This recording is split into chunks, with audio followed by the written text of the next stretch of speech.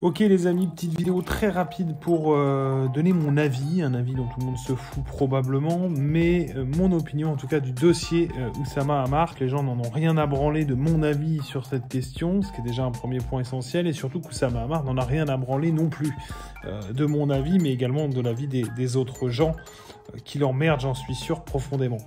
Mais je vous emmerde, mon petit vieux. L'idée, c'est d'être capable de prendre une certaine hauteur et encore une fois de comprendre une leçon un peu market et une logique marketing qu'il peut y avoir derrière, qu'on peut déduire de ce phénomène-là, en fait, en ce moment sur les réseaux sociaux.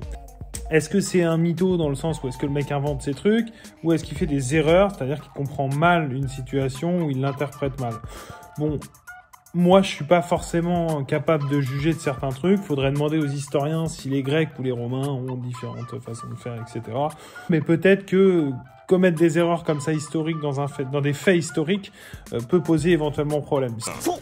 C'est faux. Totalement faux. Pas du tout ça. Non. J'ai envie de te dire menteur. Menteur. Si c'est un mytho, on n'en a absolument rien à foutre. En tout cas, c'est mon opinion.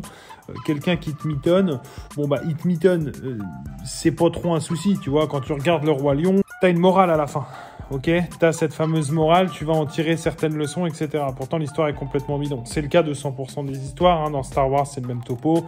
Tu regardes Le Seigneur des Anneaux, c'est la même chose, etc. Tout ça, ce sont pas des vraies histoires, et pourtant, il y a des leçons à la fin qui peuvent te permettre de devenir meilleur, de structurer ta vie, etc. Mets les mots que tu veux, structurer un business, te donner des super idées qui vont ensuite te permettre de construire des choses qui cartonnent.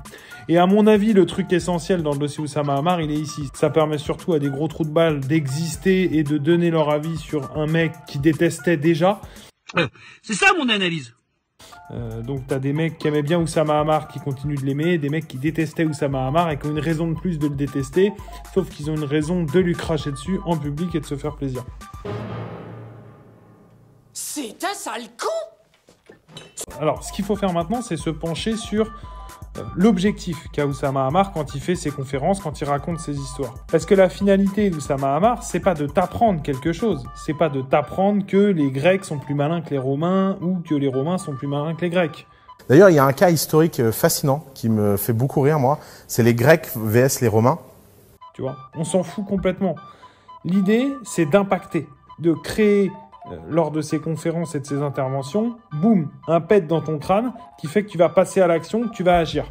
Et ces histoires servent à t'expliquer en fait l'impact, matérialiser quelque part un concept qu'il essaye de t'expliquer. Et s'il essaye de t'expliquer le concept sans te raconter l'histoire, ça va pas marcher. Donc il va soit inventer, soit embellir, soit créer, bref, peu importe, il va prendre une histoire et cette histoire-là, il va en faire le véhicule quelque part de l'impact, ce qui va te permettre de comprendre la philosophie, la mentalité, la big idea qu'il essaie de te faire passer. Voilà ce que fait Oussama Ammar à travers ses mythos, comme disent certains. Est-ce que tu promets de dire la vérité, toute la vérité, rien que la vérité? Oui. Non. J'en étais sûr. Donc certains essayent de se faire un petit peu chevalier blanc de ce qui est bien, ce qui est mal. Ces gens-là, comme d'habitude, on n'en a pas grand-chose à cirer. Ce sont des gens qui disparaîtront dès que ce buzz-là sera passé, qui parleront d'autre chose et qui iront cracher sur d'autres personnes. Et donc, si tu comprends bien pourquoi ils racontent ces histoires-là, tu comprends bien qu'on s'en fout que les histoires soient vraies ou pas. Quand c'est Le Roi Lion, tu dis pas au réalisateur, en l'occurrence je crois que c'est Spielberg, tu lui dis pas « Excuse-moi mec, il n'y a jamais un singe qui a porté un lion et qui lui a mis de la peinture sur la gueule ».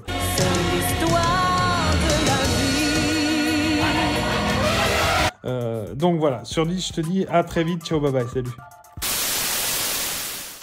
Et encore, je t'épargne le fait que si ça se trouve, le mec a déjà tout inventé, c'est-à-dire que le mec a monté le buzz de A à Z et se fait chier dessus volontairement et se fout de la gueule de tout le monde en disant « T'es mal, le buzz que j'ai fait, c'est une technique que moi j'appelle exciter les hystériques ».